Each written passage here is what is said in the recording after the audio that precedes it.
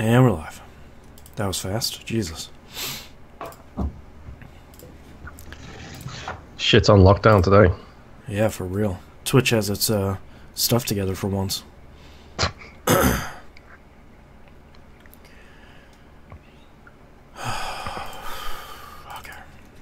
So I know what you voted for. Did you vote yet, Nobs?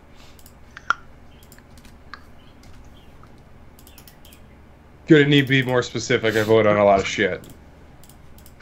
I put a poll up on Twitter for the community to figure out what game I'm going to play next, or buy and play. Wolfenstein. Did you vote on it? I did. Awesome. Oh, I swear to God, last week I voted in like 9 of them fucking things.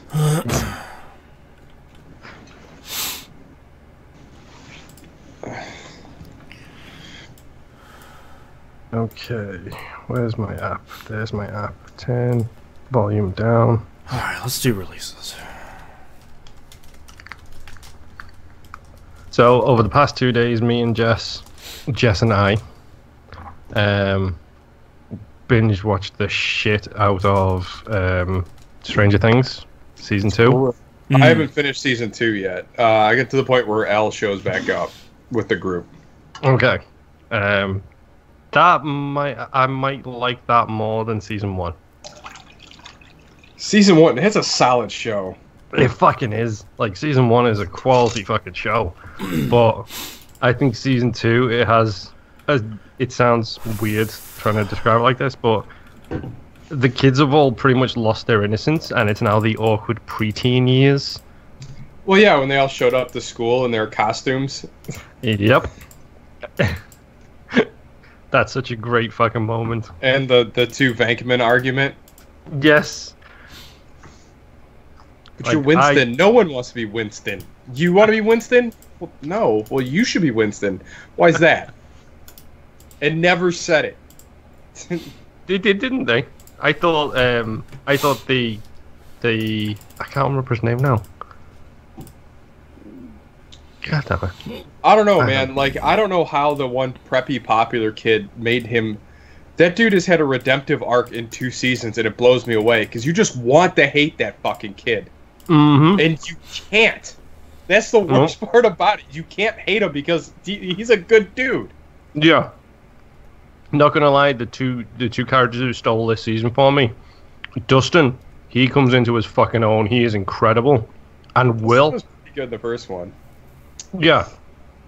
Well, I was surprised at how great Will is at acting. The kid who plays Will, because you don't see him in the first season. Oh, you're talking about the kid that has the thing in his brains. All right. I did not expect that kid to be able to act as well as he can, and he fucking stole that season to me. Thing with this show is the kids are fucking great. Even the older kids are awesome. Yeah. But yeah, fucking Dustin stole it for me this year. He's just so good. He was good in the first season, but it feels like this is... That season with Dustin and the one popular kid, I can't remember his name, where they're walking on the train tracks and he's talking about his hair care products. He's like, yeah, the Farrah Fawcett spray. I was like, that's fucking amazing. Yeah. So you tell anybody, you are dead. Sorry, your ass is grass.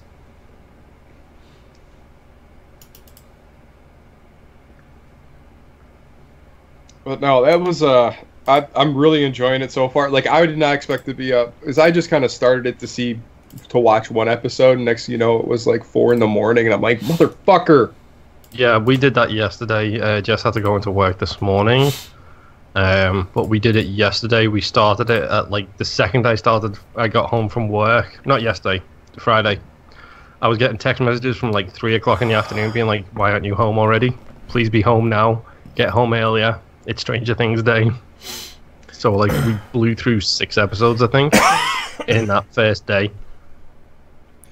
Yeah, I did that. I think I did that with Game of Thrones. I think I watched the first 4 seasons in a span of 2 days.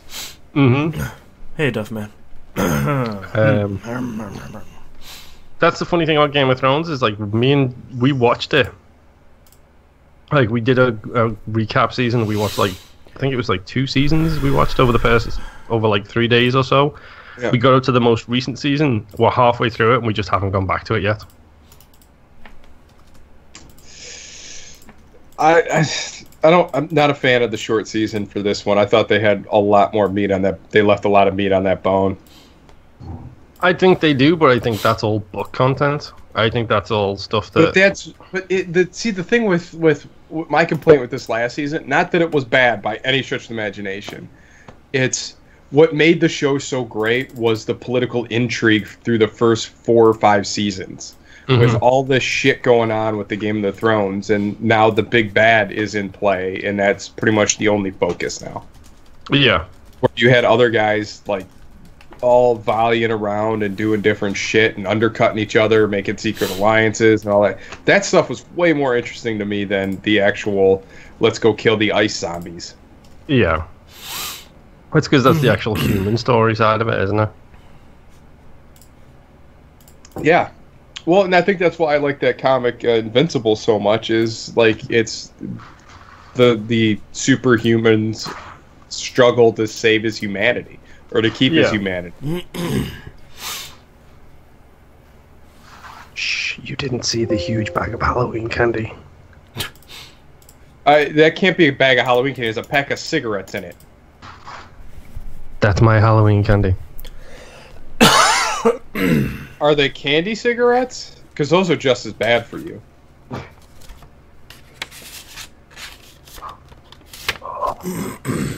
No. What else did I watch? Oh, Atomic Blonde. You're right. That's a good movie.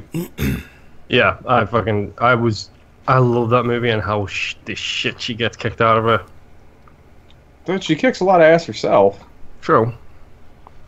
But they do a really good job of humanizing her in that fashion.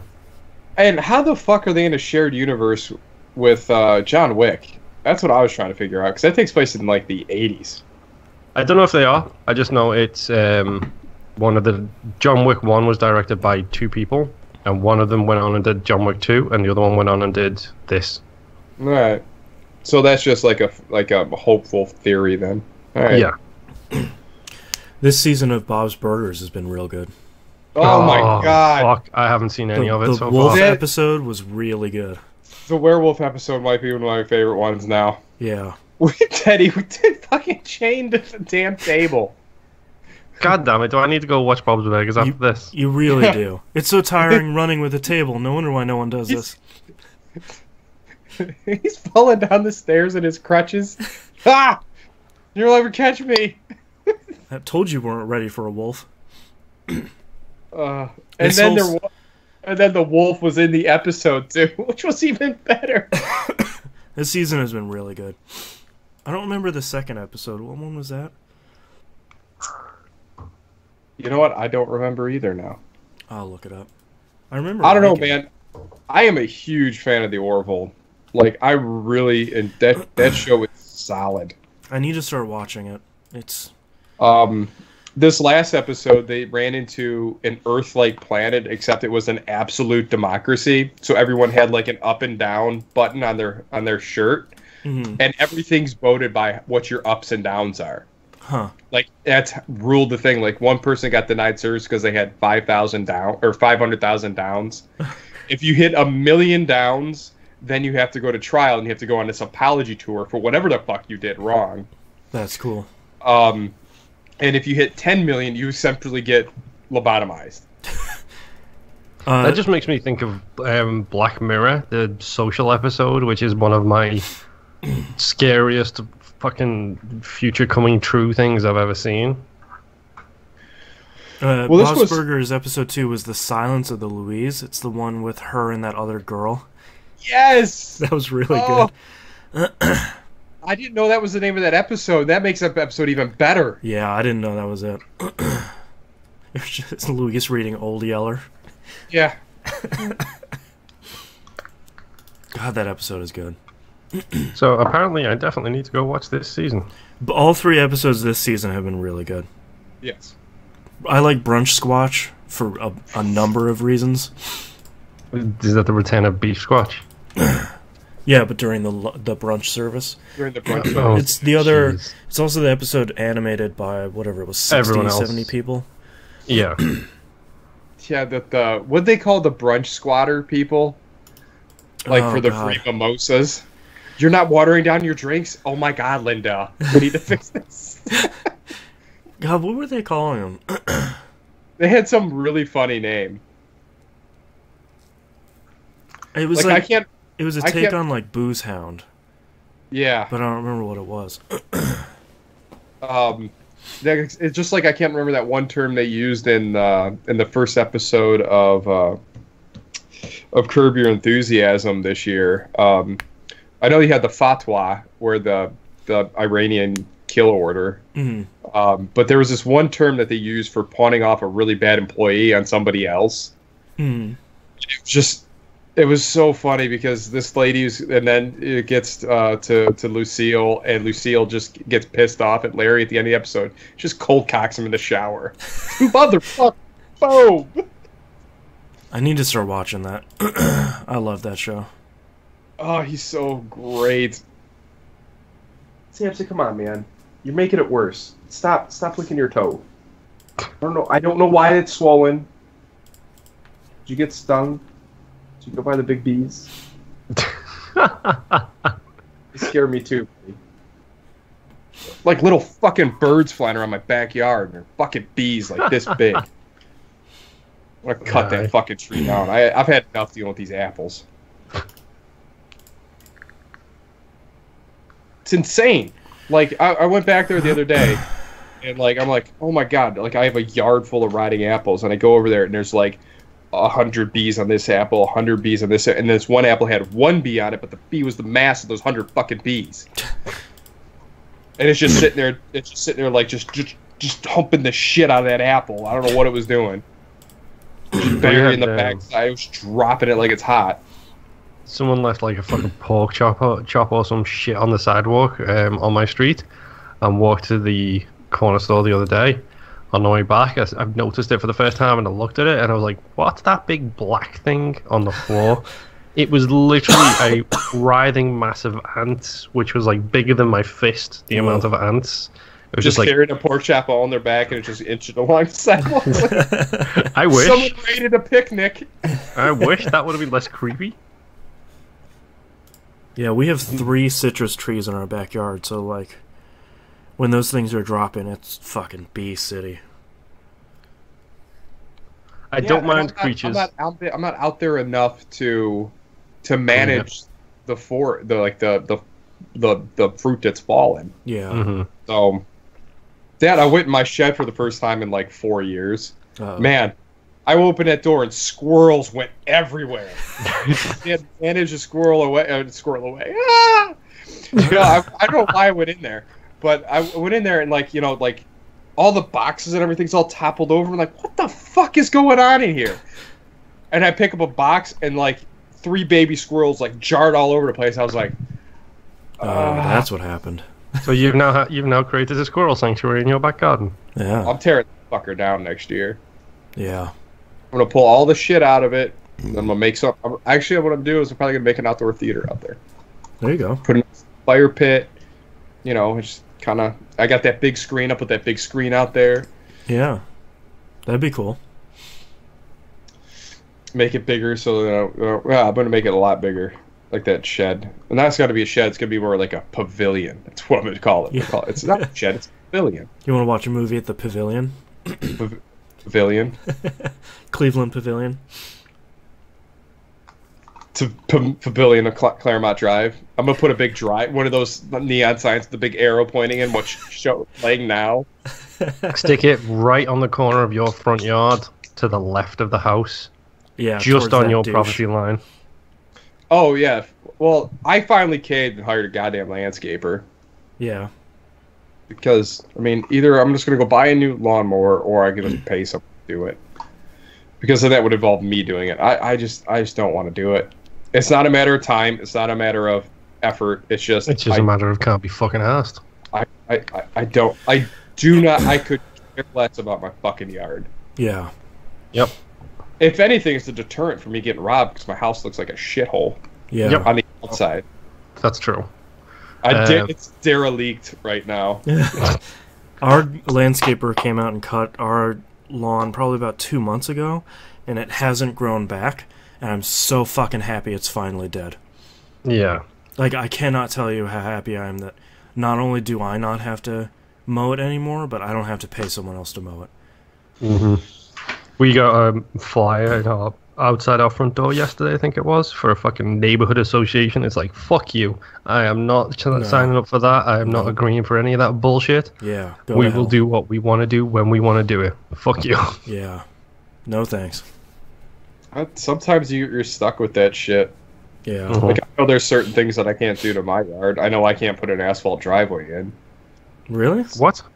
Yeah, because it's in the bylaws. That sucks. Why? Because that's what the developer agreed to when this was built. For fuck's sakes. So you've got to have the concrete? Yeah. Which sucks. Or, I mean, even like my neighbor put pavers in his driveway. I don't know how the fuck you would do a 3,000 square foot driveway in pavers. Oh my god. Fucking insane. It looks amazing, but it took them 3 months to do it. I bet. Jesus. I don't know how much money. Well, he did it himself, so That's not too bad, then. But he sells it. He sells the stuff, and like he's a broker for pavers. So So he probably got. So he got a good deal. I think maybe it cost him $6,000. It's not too bad for that big. Material and his sound. Well, that driveway, what he put in, it's easily a $25,000 to $30,000 driveway in concrete. Yeah. Easy. And if he's fucking paying that little for it and he did it himself, save himself the fucking hassle, his property value probably just went up a fair bit as well. Oh, yeah.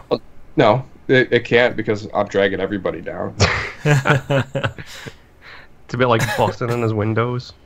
That's what I'm going to do. Just going to keep on trolling. Yeah, don't remind me about my fucking windows. They're expensive as fuck. The temperature tapped out at 105 this week. Jesus. On Monday. Yeah, I saw your tweet with the up and down fucking thing as well. Yep. I just, like... The bitch of it is, like, we just can't afford how much it's going to cost to put in air conditioning. Mm-hmm. Like, it's... Like, the quote was $15K. It's like, I can't... What? Yeah. Because, like, we have to replace the heaters from the 70s. Right. So we have to replace the heater, and we have to replace a bunch of the ducting because a bunch of that stuff is old and going bad, too. So, like... and then there's no air conditioning right now, so we have to get a unit and wire that whole thing together, and it's just like there's enough work and enough hardware we need to buy that it's just it legitimately is that much money. Mm-hmm. Sounds like here, like if we wanted to try and put fucking air conditioning in here, I can look through the vents on the floor and see gaps in the fucking in the actual ducting. So it's what about? Oh, sorry. No, I was just gonna say it's like I know that if everyone came to having that put in, then you're talking about a full replacement throughout the entire fucking house. Yeah. All 3 fucking stories of it to get that stuff replaced, and that's what's going to cost the arm and the leg is getting that shit all organized. Yeah. Hold on, because there's a workaround for that. I forgot what that thing's called. It's like a Mitsubishi. Like you could do it like okay. You talking about like the in-wall air conditioners? Right, where they put it up high, where it has the directional thing, and you can have up to 4 things because the radiator is outside. So it's just a matter of running it down. Like if you can get 2 or 3 placed properly, it should work for you. The problem with my house, though, is my living room is huge. It's more than half of the square footage of the first floor, and it's 2 floors. So, like, just the amount of cooling we would need to have. Oh, it's a tall ceiling stuff as well. Yeah. So, like, just the amount of cooling we would have to do, it's pretty ridiculous. Hold on. And we just bought a new car. So... Yeah, which car did you end up going with? Went with another Jetta. Because it was cheaper. Mm-hmm. We didn't really want to trade our car in, but it's the one that we were moving from a TDI, which had the whole diesel scandal from VW. So I saw you tweet about that. What is this diesel scandal? Oh, so it was discovered like 2 years ago, I think it was. The engineers who made the exhaust controlling software on all of the diesel engines. Oh, the VWs, yeah. Yeah, for VW, for it's been a couple of years. They were reporting the wrong thing. So basically, like, let's say you would get smogged, or you would look at your output from your diesel engine. It would be X when actually it was outputting 3 times X. Yeah. Oh so my like God. Part of the reason why my wife loves the diesel engines is, one, they run cleaner. Mm-hmm. And they run farther. Yeah, and they run farther. Like, she was on average getting 500 to 550 miles to to a tank. Mm-hmm. So it's just like ridiculous stuff. So thankfully, because our last car was a 2014, VW bought us out of the loan, because it was with VW, and then gave us, I won't say how much, but it's multiple thousands of dollars on top of that. Mm-hmm. And then because we bought another VW and traded ours in, we got all sorts of like loyalty bonuses and stuff on top of that. Yeah. Because I think a lot of people are trading their VW in, getting the paycheck, and then going to something else. Right. Yeah. Because VW doesn't make a diesel anymore, which sucks. So, Boston, that link I sent you, Yeah. well, I think it's just the Google thing, but I think that system would probably work for you. Mm-hmm. And that way you don't have any ductwork to replace, you can zone out your house properly, and you have remote control for each one of the units. Yeah. Because that's what we did in our office, because we had no... Like, we widened the space out, so our furnace AC didn't have enough balls to get everywhere in the building. Right. So we put up... And plus, it doubles as a heater, too. Yeah, that's what I used in my server rooms at my last job. We'd have 2 of those per server room. And those weren't even enough for as much stuff as I had. But those were only like 4-ton units. 2 4-ton units. Yeah, I have so much to learn. What's that? I have so much to learn. Yeah. Because, I mean, with that 4-zone thing, you're 2,000, you're probably another 2,500 to 3,000 to have someone install that. Yeah. Yeah, and it looks like the 4-unit one is a 2.5-ton unit, which is probably good enough. Probably more than good enough for my house. Yeah. Because my house is a little over 2,000 square feet. So 2.5 tons should be fine. It's just the other thing, too, is like, do we put the money towards replacing our old and leaky windows first, so then we're not cooling the outside? Or do we get the air conditioning and then know that we're going to be bleeding cold air? Yeah. Yeah, the windows first. Yeah. Seal up the room, then you're stuck with it. Then I just made an oven. Yeah, exactly. Like, don't really win either way. The lesser of 2 evils. Yeah. But thankfully we should be done with the hot season now that October's over. Fingers crossed.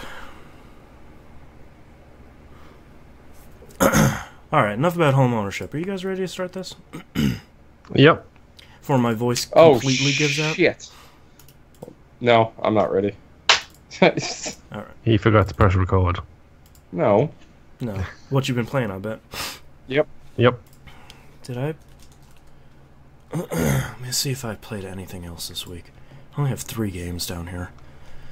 Yeah, I think I only did 60 hours this week, so I'm looking forward to next week. Hopefully, only doing 50. Yeah. Slowly bring it back down to normal. I'm telling you, the fact that I don't drive is a lifesaver for me. Mm-hmm. Because if I drove, I know the owner would have me in earlier, staying later. Yeah. But I get a ride from one of the guys when it's wet weather or when it's cold weather. One of the guys picks me up and drops me off from home because I'm on his route. Mm-hmm. So I'm very, very lucky in the fact that I get saved a little bit from that. Whereas if I drove, it would be like, oh no, you can stay till 8. Yeah. Like, no, I fucking cannot. I have to be home to spend time with my wife and get my Achievos. That's the thing that sucks about some companies treating employees that don't have kids like that, where it's like, what do you have to go home to? It's like, well, fuck you, dude. Like, yep. I have going home and not working to look forward to. Well, the girl who was one of the managers there would be out the door at 5 o'clock every day with permission because she had to go pick her kids up from after school. Yeah. And it's like, okay, you can stay till 7 though. Right. It's like, thanks for that. Assholes. Oh. Are you okay over there? That felt good. I see the mute. I see the mute button getting pressed. Yeah. Good stuff. What's weird is neither my wife or my kid are sick. So, like, where the hell did I get this plague from? It's not either one of them.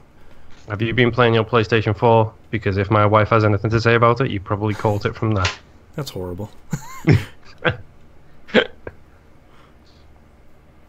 Oh, I meant to ask you. Do you think it happened, or you think you got sick from your CPAP? No. No, because I think usually when you don't have Legionnaire's disease, do you? God, I hope not. Welcome to my last episode of TVGP. When I usually get sick with the CPAP, usually I can feel it both in my nose and then like way deeper in my chest. Yeah, you said you were going to ask me something? Oh, since I don't really use my Xbox One, I was thinking as I was posting stuff to Twitter, can you share screenshots you've taken from your Xbox One directly to Twitter? Okay. Yep. It doesn't autofill friends and stuff like that, but that's not a big deal. Yeah, it's not a big deal for me because anytime I do that, I just pull up Twitter on my phone and get the correct spelling of what I need it to be. Yeah. There's been a couple I've shared with you, which are direct shares from Xbox. Okay. I was just curious. It's nice to see like every console manufacturer get better about, I took a screenshot on my device, I want to directly share it to somewhere. Like with PS4 you can do like YouTube, Twitter, and Facebook, I think. You can share that. Yeah, you can do all that with Xbox and stuff as well. The YouTube is a little bit complicated, but I think it works out a lot better because you just need to sign into YouTube account with your account, and then you can pull straight from your game clips, including the edited ones, and just upload them directly into there. So, like, I've got a couple of videos up on my YouTube page from like a collection of game clips which I've uploaded, which I think some of them do include the Monday night game night shenanigans of taking everybody's dog tags. Yeah, that's the one bummer about PS4 is you can save, like it's always recording video, so if you save a video it saves the last 15 or 20 minutes, something like that. Yeah. And then you can directly post that to YouTube, but that's not going to happen that often. So if you want to edit it, you have to go into, I don't remember what it is, Clip Station or something dumb. It's like Microsoft has a much better video editor on Xbox One. I'm surprised, like that thing gets a lot of flack, but I love that video editing software they've got on there. It's straightforward to use. I mean, like it's hard to do with a controller anyway, so like they're making the best of it. You know, it's you're not like firing up Adobe Premiere with a mouse and a full keyboard, like, you know. Thank you, Jimbo. Yeah, I mean, Microsoft's doing what they can. Yeah, I do like the stuff they've put in there, and like the biggest thing for me is I take so many videos that it's so time consuming, and the best thing with not the most recent update, but the update before that, if you have a default setting, so if you hit the guy button and hit X, you'll automatically capture the last number of minutes. I have mine set to 30 seconds. Jess has hers set to 2 minutes. And you can set it all the way up to like 15 minutes. But if you suddenly think, well, that was a great 10-minute battle, you can, if you hit the guy button and then hit the back button, what used to be the back button, it will just pop up with a menu and be like 1 minute, 2 minute, 8 minutes, all the way down to like 20 minutes. So then you can just be like, okay, I want the last 20 minutes, and then you can edit that as you will. That's smart. I've just got so many clips I need to go through and organize it. The one thing I miss on Xbox One whenever I play it is I really like having the share button on the PS4. And I really miss having a dedicated... It's the thing I didn't think I would say, when these consoles were coming out, but I miss having a dedicated sharing button. Because it just makes it so easy. I have it... Sony's dumb, and their default action is when you push the button, it slides out the sharing menu, and when you hold it, it takes a screenshot. That's the opposite of how it should work. So, thankfully they put the other option in there, which is like the first thing you should change, where you just push the button and it takes a screenshot, or you hold it and save a screenshot, save video, share it, that sort of stuff. And I just, like you've seen with Life is Strange, I take a shit ton of screenshots. Yeah, that's the best thing about... I don't know how they did it, what dark magic they used to do it. But with the Xbox, when you hit the guy button, it almost always pauses whatever game you're playing. Yeah. If you hit the screenshot button, I think it goes back to the frame before the pause. Like, it's got that recorded video, and it goes back to the frame before you hit the guy button to take the screenshot. Yeah. Because when it first started doing the pop out from the side thing, and everything was pausing, I was thinking... Well, this is going to be dumb. I'm just going to get a bunch of pause menus on my screenshots, but they actually go back that one frame and capture the Well, if they're always recording video, just skip back a couple frames on the video and snapshot from there, probably. It works out quite nice. Yeah.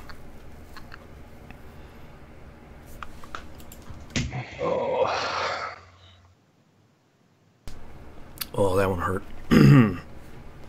Always a good sign when you're about to record a podcast. Yeah. All right. Ready? Sure. All right. Let's get started in 3, 2, 1. Welcome back to another episode of That Video Game Podcast. I'm your host, Boston. Joining me, as always, is Knobs. What's up? And Moonpear. Hello. I am under some sort of plague this week. I don't know if I contracted it from Knobs over Skype and it just took 2 weeks to get here, but I'm gonna have this sultry voice this week. What? What? He's wondering why it's his fault. I haven't been sick in like a decade. except for when you blew your voice out a couple weeks ago and you had that silky voice. That's not being sick though. Silky voice. That's being hungover. That's day drinking. Yeah, that was a whole bunch of day drinking. Anyways, and yelling at the TV for the Browns. Let's get started, Knobs, with what you've been playing. All right. Well, Monday Night Game Night. We pretty much played 3 rounds of our weekly tournament at Austin's or Arts Desert Heat, I think was the name of the course. Is this Game Club 2? Yep, the Golf Club 2. Sorry, Golf Club 2. The winner this week, there was a tied for first place at 50 under. Whoa. Yep. Because the course was a really simple course, but the thing that made everybody go so much under, the greens were as flat as a piece of glass. Yep. And just ran smooth. If you were on the green and you could nail your swing, you were going straight in the hole. Yep. Well, I figured that would be an easy one after the S show of last week's greens. So, kind of lighten it up, have a nice fun night. Everyone shoots well. I know I had nightmares on the last round of that tournament. I ended up taking a double bogey on one of the holes because I could not get myself out of the rough. Yikes. I struggled with that course, mostly because for whatever reason I'm still sticking with the tour clubs and I just wasn't in the swing of it. So literally 3 of the 4 rounds we did on that course, I was hitting it way to the side every single stroke. Just aim to the left. I did that, and then it went that direction instead. So when I aimed to the left, it went to the right, and when I aimed to the right, it went further to the right. But I think it was just my brain was in bad shape, and I just wasn't feeling the rhythm. Well, I know before we started, I think Scott and I both spent probably a half an hour on the driving range just tuning our swing up before we got out there for the first few rounds. See, I don't. I just load it up and like, let's see how things go. Well, you kind of have to with this game. I mean, you have to kind of get your tempo right, and like I was trying to hit the yard markers at different points with different clubs, just trying to practice in the feel for short shots and stuff, and it all worked out pretty well. I know I had a double bogey. I think it was on number 8, and then I had another one on another par 4 where I was in the beach. I was in the sand trap, and I was trying to get a little extra distance out of it, and I sculled it, and I went all the way over the green into the water. So there was another double bogey. I had 2 double bogeys and still managed to score like a 58. Yeah, I think I was like plus 20 on that, which made me happy considering I was so off my game at the end of that run. It was ridiculous. I know we had an event going on. I don't know if it was yesterday we had the event that's going on for 3 days. And I think I did the first round of that, and I did pretty well on the first round of it. For whatever reason, I was feeling the rhythm yesterday. It was bobsled time for me because I just was hitting so clean and so smooth, and it's something I haven't done with these clubs in a long time. Yeah, it was. It's feast or famine with that game. It's a lot like golf. I mean, it really. If your mind, like, it is same thing with pretty much any physical sport or anything. If a lapse in concentration will cost you. Yeah, and I also did the thing where I was sitting one way and doing terribly. Changed the way I was sitting, did terribly. Changed the way I was sitting again. Like, you have to nail the way you sit just for the swing. I know. Like, I have to sit with my feet curled up on the left side of my body, and then all my weight's on my right side. For some reason, it gives me more control than my swing. If I'm hunched over to the other side, like, I am always pulling everything to the right, and it's so weird because it's just a flick of the thumb. Like, how do you mess this up? Oh yeah, but it does. It does give you enough feedback, and again, like, your lie is paramount in that game. That's something I'm getting more and more used to. Is when I know I'm in a tricky situation, I'm always holding the left trigger to see what the lie is like, so I can counter for that. Yeah, but then you forget to release the left trigger, and then you change your crook and fade, and you're like, oh. I've done that more times. Like, why you dumbass. But it's a solid game. It really is. I played a whole bunch more Marvel Puzzle Quest again because, why not? That Deadpool daily. I'm just raking it in, and I cannot get enough ISO. I have so many characters right now that I could just get to the champ stage, and I just don't have enough ISO to do it. How much do you need? Like 30, 40,000 each? I think I got 3 at 24,000, like 3 more 2-stars. Just to start raking in the extra covers and whatnot from them. Then I've got 1 3-star ready to go. But I run the Deadpool daily, and I'm crushing. Pretty much, right now, like, I'm always checking to see what cover is in the 3-star run. And completing that first, and then I'll check the 4-star and make sure if I have all the characters, then I'll go for that one, and then I'll bank it all out to get my 3 tacos for the day. Yeah, I actually sold my first 2 max level 2-stars this week and started back on them. It was Captain America and Dakin. So you can get the hero points in the thingy again? Yeah, you get... basically, by selling them, you get like 17,000 ISO and 125 hero points. And then, since those are 2-stars, it's super easy to start getting covers for them again. Yeah. So I'm just going to start building them back up, champ them, and then I'll get all those rewards. And then by the time they hit 144 again, just start this farm back over. Interesting. Yeah. 144 is their level cap with the covers? For 2-stars, yeah. It's like every 3, 4, and 5 have it's like 160, 180, 350 or something. Yeah, something like that. Yeah, so like I'm working my way through that again. I'm like 1 cover away to getting the Human Torch, and another one with my 2-star Storm, and I just don't have enough ISO to do it. It's driving me crazy. So I can get those because I got 6 of their covers just sitting in my queue just to level them up real quick. Yep. But yeah, I mean, right now I'm working on Dakin 3-star right now, who is a tank. Oh yeah. Oh, is that a good cover? Yeah, and even like I've been pairing him and Wolverine up lately, and they've been, because Wolverine's green will generate the swords, and then I clear the swords out with Dakin, and it is just brutal. Yeah, that's a good 1-2 punch. Yeah, and then I still have my turn on top of that combo. So yeah, I tend to stick. My current 2-star team is Magneto and Hawkeye. Because Magneto has the purple ability, which lets him turn regular gems into blue ones. As soon as I can do that, if I can use that to make a 5 match. That immediately gives Hawkeye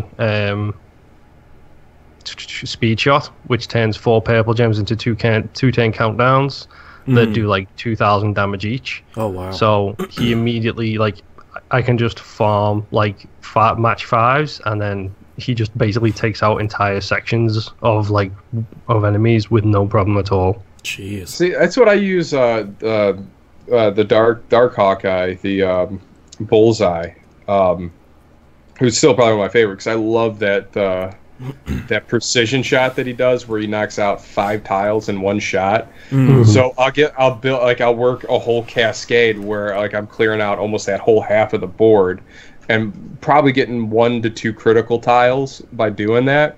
Yeah. Oh, I love that ability, but he's always so low for me. But he's always generating shields too, which is his purple passive. Yeah. So then once the shields are up, then nothing is a threat. Yeah. At that point.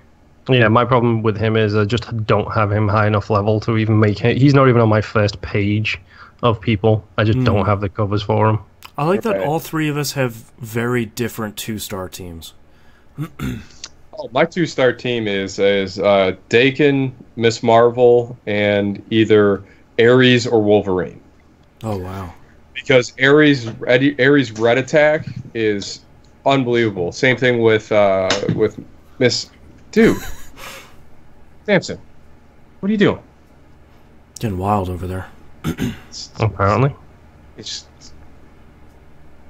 What are you licking?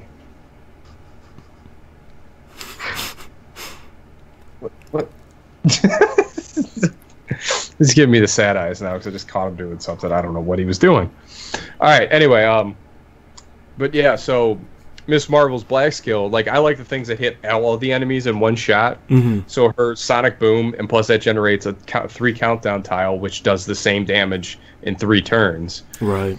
And then same thing with Ares in the big red swath that leaves me cleaning up green and red for Dakin. Oh, right. And it's just an awesome combination. Like I wish my blade was a little bit higher, because that getting the white swords on every turn was huge. Yeah. And that was just a combo I stumbled across, but I don't know. Enough high level play on Marvel's Puzzle Quest. So let's talk about Shadow of War. I think I finished the mainline quests in that game. Okay. And it kind of dumps you back in the world after an awesome ending to that game. Nice. Oh, dude, I'm sorry. I didn't mean to kick you. Why do you have to be under my feet, dog? Yeah, that game is unbelievable. If you like Lord of the Rings and would like to get a little like ancillary knowledge towards what happens in Middle Earth or what happened in Preluding 2, that I'm not really sure where this fits in the timeline. Is this before The Hobbit, or is it in between The Hobbit and Lord of the Rings? Like, yeah, I don't know. I feel like I've heard, but I don't remember. Yeah. But whatever it is, it doesn't matter, because this game's awesome. Now that it's dumped you back in the world, are you now in like the true ending phase? I think so. Okay. Well, essentially, it dumps you back into the world, and then you have to defend your fortresses, or war camps, or whatever they call them in this game. So, Essentially, so you're being attacked by significantly higher level war chiefs or commanders that are coming at you. So instead of killing them all, I've just been turning them all. Oh, smart. So that way I can bolster my ranks and maintain my fortress at the same time. The third one, I think it's the first one I lost, so I have to recapture that fort now. And I don't know how long that goes. And is that the grind everyone's complaining about? Maybe. I never caught the specifics because a lot of the complaints right before the game came out, like all these news articles were coming out saying like, "Oh, the grind is so terrible. It happens at the end. You'll know when it happens." It's like, I mean, just put a spoiler warning and say like, "I'm not going to play this game anytime soon, so I don't care." But like, I don't know. The only thing that I thought was a bit of a grind was you fight one of the race, and I don't want to spoil his name because it is really cool. But no, there's a part that seemed kind of grindy, but it was more of a crowd control problem.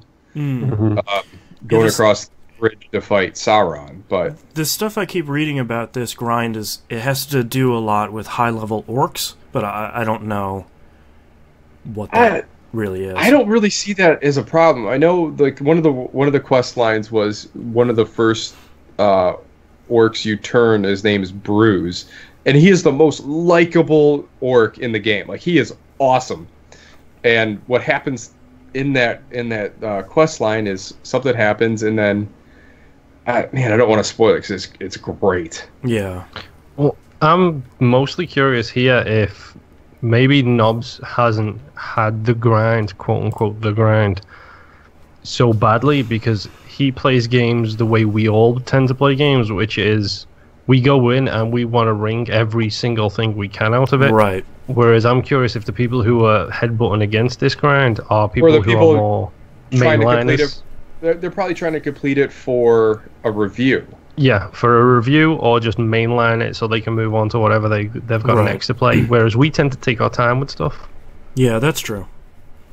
But yeah, I mean, at this point, like the Italian's like level 46, so literally almost nothing is a threat unless you're ambushed. And I got ambushed by 7 commanders in one shot. Jesus. Every corner I turned around, there was another one ready to ambush me.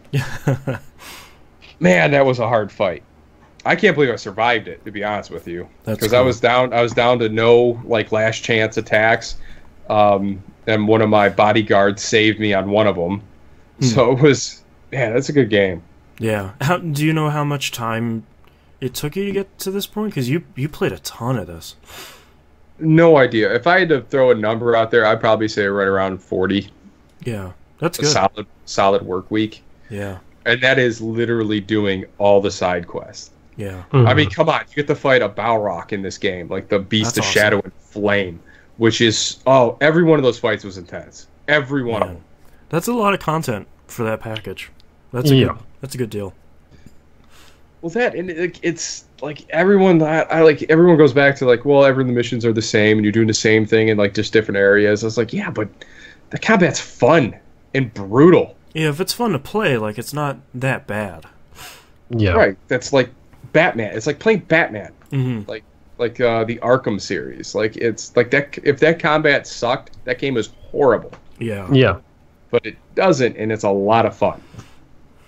So I really enjoyed. I loved all the things that happen in this, like with the storyline with Minas Ithil and what happens to it, and all the references. And I've actually gone back and started watching the Lord of the Rings movies to be like, is this stuff in here? I saw that. I bought them on digital because I didn't feel like putting the disc in. Yeah. But yeah, I watched the first opening of Lord of the Rings, and yeah, there's Celebrimbor right there at the three rings of power for the elves. Yep. And then, like, I had, like, the Great Seeing Stone was called the Palantir, and that's a big part of what in this game. I'm like, how is this so good? Yeah. Like, all these things are connecting, and they all make sense. I love Tolkien's worlds. I hate his writing, but I love his worlds. I know you'll be at the bottom of that spiral once you pick up the Silmarillion. Yeah, that's when I know. That's the darkest part of that pit. By the way, no one should read that. Like, no. I have it on book on tape. I just haven't thrown it on yet. Oh, boy, good luck. What is it? 400 hours? Like, you know what? I have no idea. Jesus. All I know is that case is like this thick. Yeah. Mm-hmm. When Nob starts talking about the line of the Kings of Gondor all the way to Aragorn, that's when we know we've lost our mind. Intervention has to happen. Mm-hmm. Well, the one thing I was always curious about me was, with the Tolkien thing was the four wizards. Like, we've only met 3. Mm-hmm. Like, never knew what happened to the blue wizards, the blue mages or whatever they're called. Right. Do you really want to know? Because the Similarium can help you. Yeah. But do you really want to know? Well, yeah, no, I kind of do, because I liked what they did with the brown wizard in the Hobbit movies. Hobbit. Yeah. But yeah, because I mean, they even referenced the blue mages in that. Like, we don't know what. Dude, will you stop?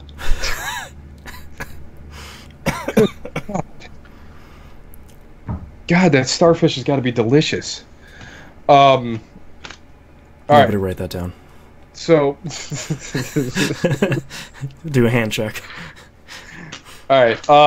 So anyway, yeah, this game is awesome, and it really dives into the things that I would have found fascinating to learn about. It like hit every one of those. That's cool. And I don't understand. Like, and again, like it makes sense to have an anthropomorphication of Shelob in this, and how she ended up being where she was, and you kind of open up the area right in her little cave thing, which was awesome.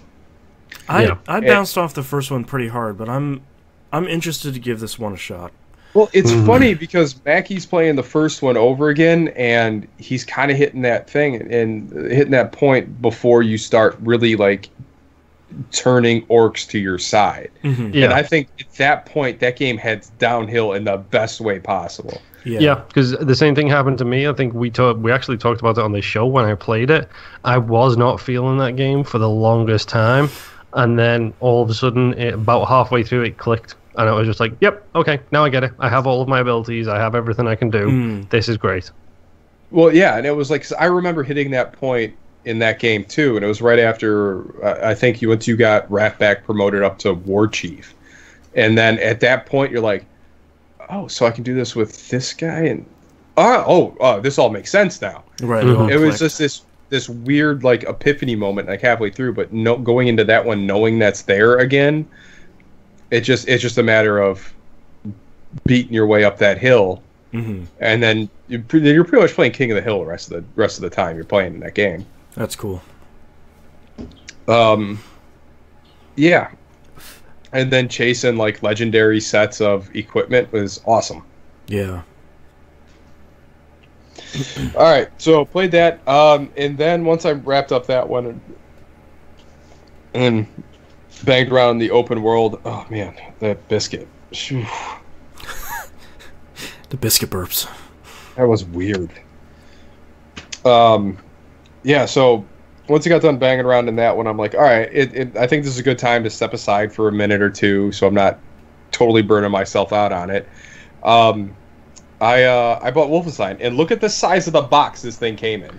That's pretty big. If you're not watching the live stream, it's really big. Yeah, it's like the size of a box you would get a shirt at Christmas in. Right. Like, it is.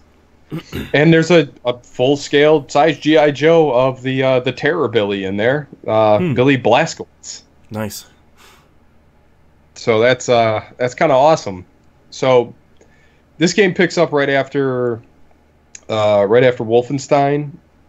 So you're recovering from, spoiler alert, from the grenade blast that Death Head gives you at the end of it. Mm-hmm. So you're literally confined in a wheelchair. And then you have a couple flashback moments to when you were a kid talking to your mom, which I didn't know it was Jewish, but sure. Mm-hmm. Everything makes way more sense now. Right. So yeah, man, that game's real. Like, F-U game for what it makes you do. I hear it starts off hot. Mm-hmm. I let my there's something I didn't want to do so bad. I let my controller time out twice. Yeah. Oh wow. And I'm like, man, it's going to make me do this to move forward, and I do not want to do this. I did it real quick and then walked out of the room. Yeah, I have heard about what this is, and I definitely don't want to spoil it, but... Is this a big boss moment? No, it's just like a... It's another thing where media is making you do something or making you watch something that you know that person is bad because they've done this thing, but it's kind of cheap. Mm-hmm. Yeah, like it's sort of like, of course they're evil because they did this thing. Like, why would you do that? Yeah, like it was bad enough the scene before that. Like, and I'm like, oh, F this dude. Like, I need to get away. How they present it is just the worst. I don't know. I guess in the 1930s, everyone had a torture chamber somewhere in their house, just in their basement dungeon. Oh my god! So Moon, to sort of explain it without giving it away, it's like if you watch like a cheesy like action B movie, and the first thing that the villain does when he's on screen is he's like walking down the street and he like kicks a dog in the side and goes like, "Get out of my way!" Like that's sort of what Wolf 2 is trying to earn, where it's like, okay, clearly this dude is bad because he's doing this thing, and it's like, yeah, but there has to be a different way other than like kicking a dog. Like that's cheap. Yeah. Well, yeah, and then he leads you down into this room where I'm expecting to see a box with a gimp in it and seeing Vig Rhames tied up to a chair next to me. Like I'm like, what is happening? Mm-hmm. What's happening is you're punching a bunch of Nazis. That's awesome. But at that point, so the wheelchair stuff, oh my god, was that amazingly done. So you're literally in a wheelchair in the first part of this game. Yeah. With a gun in your lap, strapped, like, just killing Nazis. I want my scalps. And man, I got some scalps, because you got to do a lot of silent kills. I don't know how you sneak up on anyone in a wheelchair, but... Squeak, squeak, squeak. DJ Blazkowicz, no problem. Yeah, he's got it. But it's, man, that game is great. I really want to play this game. I really want to play the first one. Yes. Oh, you really should. The first one and the expansion, which was equally as good. They're both on sale right now, part of the 2-pack for $20. So, like, if anyone doesn't have... I already have it. Like, if you don't have it, now's the time. Yeah, I'll lead my way over there. Check out my wheelie. Use your distraction. You just pop a wheelie. Hey, check this out. Yeah? Huh? Sliding around corners with your blue sparks. Hatch it to the face. But yeah, so this one has there's all these booby traps and stuff, which was really fun to bait Nazis into. They just explode in the best way possible. Awesome. They go pick up their helmets for armor. But the scene that really took me back for a second was once you get once you meet the big bad, which is someone you ran into earlier, like you crushed her face in the first game. Somehow she survived, but there's this great scene with her and her daughter in there who wants nothing to do with this Nazi BS. Really? Nothing to do. And just the shaming and the belittling and how the villain treats her at that point, you're like, man, I just hate Nazis. I just want to give you a hug. I want to hug all the non-Nazis right now. And man, it was presented so well on how to make them seem as evil as ever. I think that's one of the secret. I think that's the secret sauce of the recent Wolfenstein games. Is it does characters correctly, which not only do you not expect in a first-person shooter, but it does them so well that you're sort of like, oh, okay, I actually kind of care about everyone that's around me. This is kind of cool. Well, even what happens at the end of the first game, where man, I don't want to spoil it because I want you to play it. Yeah, some people might be starting the first one right now. So, but there's a really great character that whole way through who's the leader of the resistance, and her kind of arc to the end pretty much carries directly over into this game. Oh, cool. And and what. Oh, I have screw it. But all those characters you like, and it was hard to remember because you make some really hard choices in the first game, which I wish would have carried over, and I didn't remember which guy I chose to save. Mm-hmm. So I just picked the one that made sense, I guess. Sure. And now that becomes your reality in this game. Oh, yeah. Cool. Yeah, because there was a divergent timeline in Wolf 1. Right. I had no idea. That's cool. Well, it's like the Caden and what's the other guy's name? Other lady's name? Ashley. Ashley. It was the Caden Ashley choice. Right. Where you had kind of this grizzled old Scotsman who was a way better, and then you had like the young rookie guy. You had your choices between the two to save them. Mm. And I remember when I saved the old grizzled guy I think in that timeline once, and that guy had nothing but regret from that. It was a total bummer from that point on the rest of the game. Yikes. Yep. Because he spends the rest of the game talking about how he's already lived his life and he's already had so many experiences, and why didn't you save the young lad? Yep. Oh, yikes. Yeah. So I'll save the young guy then. And he, yes. I mean, buries you in guilt the rest of the game. Yeah. Man. Completely. But you mentioned the lady leader of the resistance.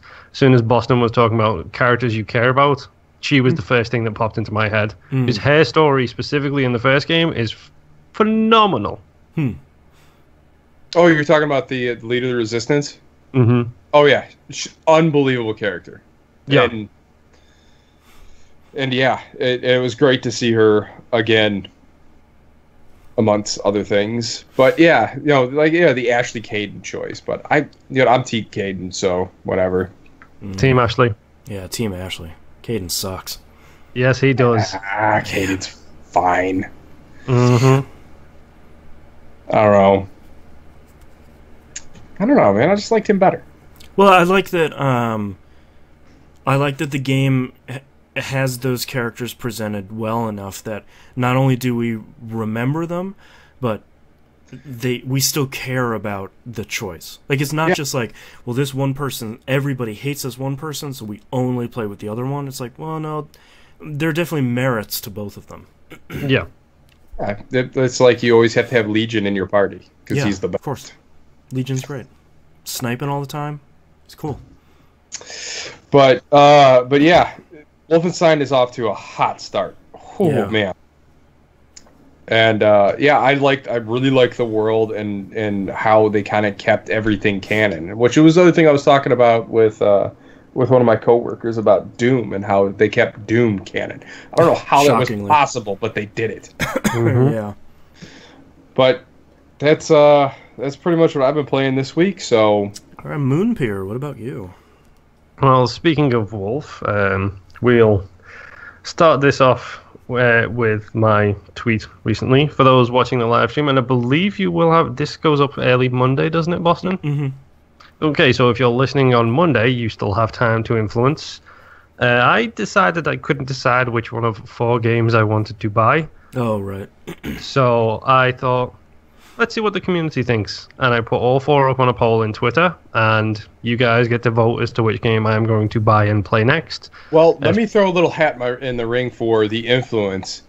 The combat in AC Origins, I heard, is quite horrendous. Awesome. I've heard it's a little different, yeah.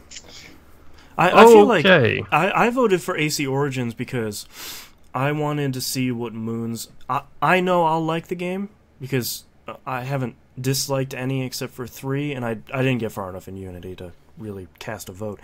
But I know, Moon, you disliked Syndicate, which is one that Knobs and I both really liked. And I really enjoyed Unity, which everybody else seems to hate. Right. And I was sort of curious to see how you would enjoy Origins based on you sort of being the polar opposite of how we've been. And I don't think you played Black Flag, right? I did not. The best my one.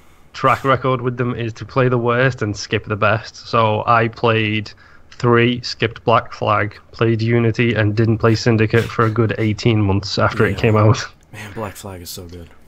So yeah, actually... so if you're playing, like, for me, like, AC Origins would have been a nightmare to play, because I came off of playing Shadow of War, where you hold right trigger as your stealth, so you're almost holding right trigger all the time, sneaking around. Mm-hmm. This one is you toggle with B, and then right triggers your attack, so I would be attacking everything. In the market square, just cutting people down. Yep. So your four choices are Wolf 2, AC Origins, and what else? Star Wars Battlefront 2. Yeah. And Need for Speed Payback. I really want to play Need for Speed Payback. Me too. I feel like that's going to be a popcorn game, and I sort of feel like I'm in the mood for, let's just drive through some cool big explosions and do dumb stuff. Yep. Well, that's the thing that got to me. It was seeing the trailer for E3 and seeing some gameplay trailers for it and things like that. It's like, it's been a long time since I've played a racing game. Mm-hmm. It's been a very long time since I've actually played an arcade-style one. Yeah. And this looks like it's, from the trailers I've seen for it, it looks like it's taken the best from my favorite series. So it's got the cops from Need for Speed, it's got the smashing people off the road that Burnout's got, it's got the wild action of a Fast and the Furious movie. Mm-hmm. So this seems like right up my bag. Apparently nobody wants to vote for it on Twitter, though, because it's got, I'm assuming, one vote. That and Star Wars Battlefront 2 are dead last with a whopping 4%, whereas Origins and Wolf 2 are taking the lead. Yeah, I feel like if you have Origins and Wolf 2 in there, like, they're gonna take it. Yeah, those are both coming out swinging, and they're gonna. If Twitter had the option for more than 4 choices, there was gonna be 8 in there. Because I also wanted to throw Shadow of War in there and Fractured But Whole. Mm-hmm. I wanted to put them in the list too, but I figured that I'd go with games that weren't out at the time of the poll. Right. So, to be honest, once I'm done with either 1 or 2 of the games that win this, I might throw up another poll again and say, here's 4 games from this year, influence my 2017 Game of the Year, Prey, list. And then, we'll see where we go from there. Yeah. But it's looking like it's going to be Origins and or Wolf 2 at this point in time, and there's a day and 2 hours left on the vote as of this moment, so we shall see how that goes. I feel like you can't really lose with either one of those. As an Assassin's Creed fan, like, even if Origins isn't that great, then it's still a new AC game, Yes, and it's a game which, it looks beautiful, and the biggest thing for me is I have a 4K TV now. Mm-hmm. I have a HDR TV now. Mm-hmm. I have an Xbox One X on the way. You're right. So you need stuff to power that. Origins, and I think Origins, Wolf, and Shadow of War are all games which are getting huge updates with 4K content and HDR compatibility. So I bet Assassin's Creed looks really good. Yeah, I'm looking forward to seeing it. I'm curious if that will affect it, because it will be the first game I've played in 4K. Will be one of those 3 probably. Right. So you got to choose your first impression. Yeah, exactly. Yeah. But apparently my wife looked, and there's a whole bunch of list of games getting updated. Oh yeah. Elite Dangerous is getting a 4K update. I'm right back on it.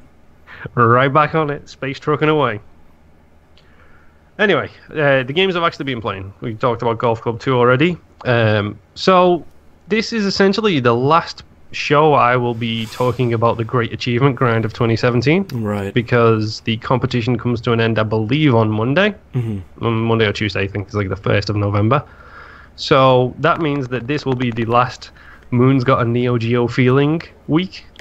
Right, Moon's Kusage Corner. Yes, exactly. So let's start with some actually, to be honest, I'm surprised at how good these games were. So let's start with ACA Neo Geo Over Top, which I have to pause. Is that an arm wrestling game? No. Oh, bummer. I have to pause because it's Outrun.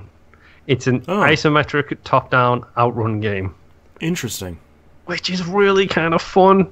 And so difficult at first as well. It gives you a selection of vehicles. Each one performs differently on different surfaces. And then there's shortcuts and everything to find as well. So it's actually really fun. It's very short, but it's really, really fun game to play.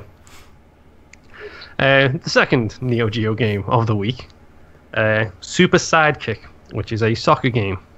Oh, not expecting that. I thought that'd be like a hero game, but you play as the sidekick. I think a sidekick as well. For those who don't know, Simulator. Yeah, exactly. For those in the show who don't know soccer, when you do a sidekick is when you kick it with the side of your foot to pass the ball. That's known as a sidekick. So it's a super pass the ball simulator. 2017. Yes, exactly. 2017 from 1980, whatever it is. Right. This makes me think back to the days of super simple arcade style soccer games, and also how violent soccer was at that time. Because you literally run up to people and hit them in the face basically, and they fall over, and you just take the ball and walk away. There is no fouls. There's no nothing like that. It reminds me of the time when a goalkeeper used to break his leg and get told to walk it off. Right. So the violence of soccer days of past, before, you know, being touched with a fly was enough to send you on the ground. I think there's a good medium in there. It's not good right now. I like that. I actually genuinely liked it. I especially liked the cool animations every time you scored. Third game, Spinmasters. Spinmasters is a really incredibly crisp looking 2D side-scrolling platformer game. You start with a yo-yo and you hit people with a yo-yo. It's fantastic. Awesome. The character art is all big. It's like really big like 2D art sprites on the screen. It's got a really good feel to it. It's so much better than Super Bubble Man or whatever it was I played a couple of weeks ago. That's my favorite Mega Man boss. Yes. It has a bunch of power-ups. It's actually a genuinely great game. Like, I was surprised about how much I enjoyed playing it, despite the challenging nature of it. Magical Drop, another random game. Yeah, Magical Drop. I hate this game so much. Yeah. I have never been a fan of puzzle games that need you to pull down. Like, downwards coming puzzle games, I can't do them. I'm really, really bad at them. Tetris, I'm fine with, because you are building from the bottom up. This is you are destroying as it's coming towards you, and it just messes with my head in such a way that I can't seem to think correctly about it. Like the Puyo Puyo style, like money puzzle exchanger, that sort of genre. Yeah, I'm so bad at them. It seems fun and it seems cute, but my favorite thing in it is all of the characters are the what's the cards called? The tarot cards. So every time I'm selecting a character, all I'm thinking about is Binding of Isaac. I was about to say. Every single time, I'm just thinking, this will give me 2 hearts. Right. This will give me 2 spirit hearts. This will let me see the entire map. Go listen to the Binding of Moonpier Boston Rebirth. TVGP.tv. Yes, go do it. My final Neo Geo game of this week. It won't be my final Neo Geo game, period, because I still have more I have not played. So you will get a revamp back to the Neo Geo, just not at the pace we've been doing it. It's Z-Blade, which is a 2D side-scrolling shoot-'em-up, similar to R-Type and that kind of genre, and it's actually really good. Really? Really, really good as well. And it makes me realize how much I miss good old-fashioned side-scrolling or vertical shmups. Just the chaos and insanity of trying to maneuver yourself around a screen to avoid all of the little bullets that are coming at you. It's really fantastic, with one minor exception. The explosions are the same color as the bullets. And I don't like when the explosions are the same color as the bullets, because you kill someone, you get shot at, you don't see the bullet until it's already hit you in the face. The mountain is the same color as the horizon. Yes, exactly. But I actually genuinely enjoyed Z-Blade a lot. I think that, along with the 2 Metal Slug games I've played so far, and also the golf game, which I can't remember the name of, Turf Masters, there we go. Yeah, Turf Masters, solid game. They will be staying on my console for a significant period of time, because they are actually genuinely fun. The final game for me this week is Goosebumps the game. What? I didn't even know they made a game for that. Based on the movie? Is it based on the movie or the books? It's based on the books, I believe. Okay, interesting. So it does not star Jack Black? It does not star Jack Black. It does reference R.L. Stine. Nice. It's a point-and-click adventure.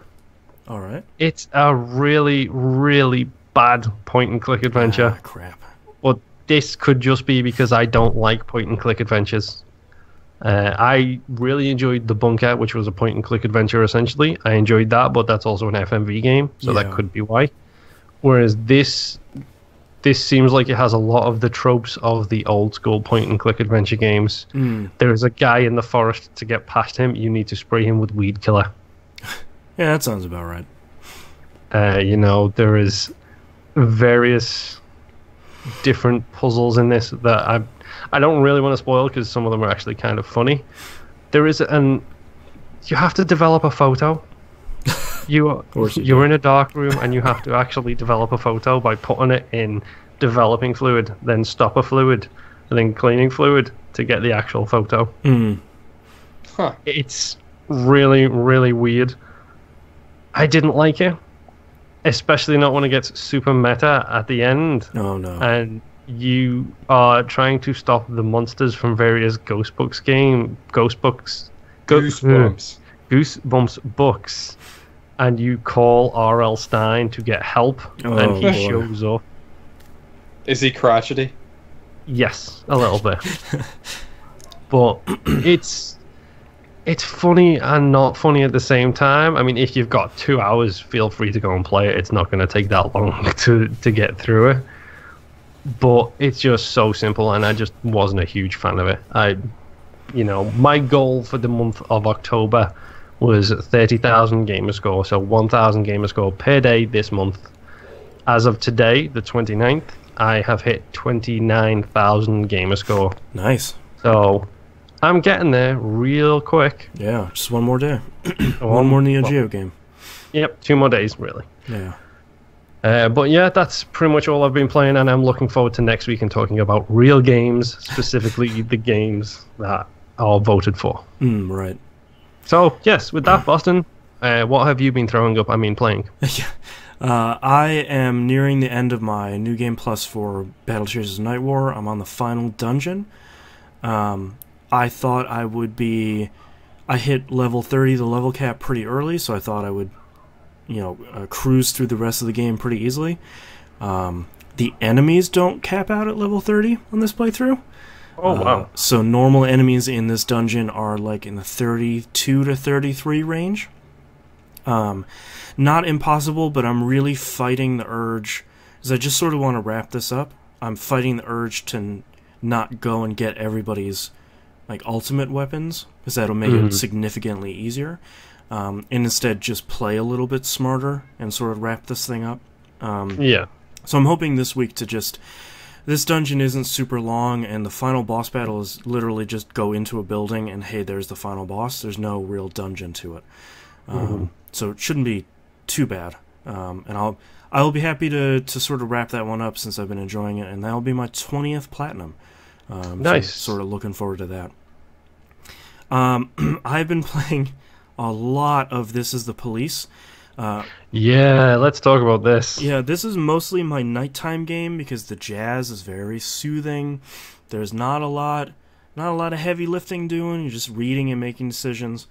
I'm on day 93. So that's not too bad, to be honest. That you're doing pretty well, minus what I'm assuming is your cop incident. I am not making it. I'm not doing very well. I'm honestly on borrowed time on this playthrough. I made... So, one of the hardest parts about This Is the Police is there's an inherent racism to it. Yep. Not that the game is racist, it's just that's the time frame, and hey, everyone's just racist. Yep. The mayor is particularly bad for this. Yes. And one of the first few decisions that City Hall comes down on you with is... Hey, you have 2 days to fire every black police officer. Yep. And my first thought was, no, I don't. I'm not gonna. That's... No. So I didn't. Ever since then, I cannot get City Hall off my back. About every 5 to 6 days, I'm losing an officer slot. Yep. Which, for the record, for those who haven't played the game, you're basically given a budget kind of thing by City Hall. They will give you additional slots or take slots away if they feel you're underperforming, which makes perfect sense that, you know, it's just like real life. What, you guys aren't doing good enough? Have less money and do better. Yeah, unfortunately, I'm in this horrible catch-22 because I have on a shift 4 or 5 officers now, so I'm getting really low, and the cases are getting harder. But I can't meet the needs of every case that comes in, so the number of civilians that are dying is skyrocketing, which means I'm getting investigated by internal affairs more, which means I'm losing more money, and which means City Hall is less happy with me, so I get cop slots taken away. So it's like, I'm really on borrowed time, and I'm really trying to make City Hall happy, but like, the last one I couldn't meet was, hey, we're sick of your detectives, you need to fire all of them. Oh no, we gotta fire the Andes? I can't. The Andes. You know why they call them that? But like, I can't because I have 6 investigations going on right now. 2 of them are for crime syndicates. So like, I can't just archive all of those. Yep. And it's just like, call the Penguin and get their crime license revoked. God, I would. Well, without spoiling it, I could. But like, I love this game so much. I love this game so much. So can you take bribes and stuff? 100%. Yes. You need to. That part of the game is you're in with the mafia. If you don't make it past like day 20. You're in with the mafia. You need to keep them happy, and if you do, you will do pretty well yourself.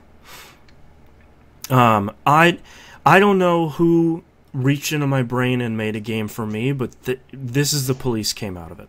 John St. John has done such an incredible job as like this likable, horrible monster. Like, let's just to talk about him really quick.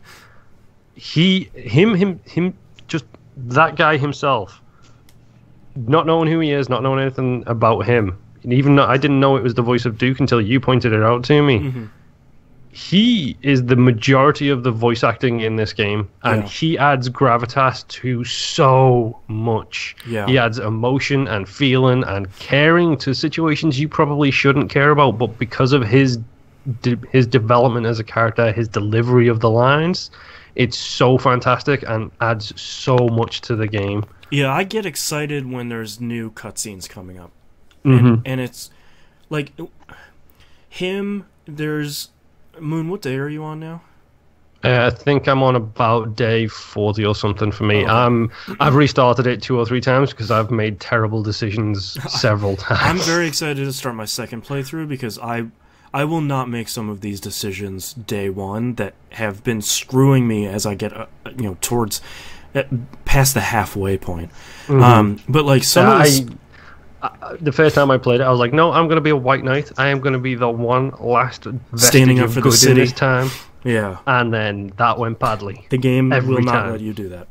Nope. Yeah, so essentially it's like the show The Shield. Yep. And part of what's so interesting now is there's like 4 or 5 storylines all going on at once. And he's such a different character in each one of these storylines, where like this one, he's not going to be intimidated by the people that are trying to bring him down, so he's going to fight back and he's going to be a super D. But in this one, he's going to be incredibly sweet and understanding to this other person. And then like throughout these other storylines, it's interesting how multifaceted this character is. And when I say cutscenes, it's really just, it looks like a comic book. So it's an animated comic. Yeah, and animated for a lot of the stuff is pretty generous. Like a lot of the times it's just smoke coming from a cigarette is animated. Like here's a still panel, and like they don't even draw faces or anything.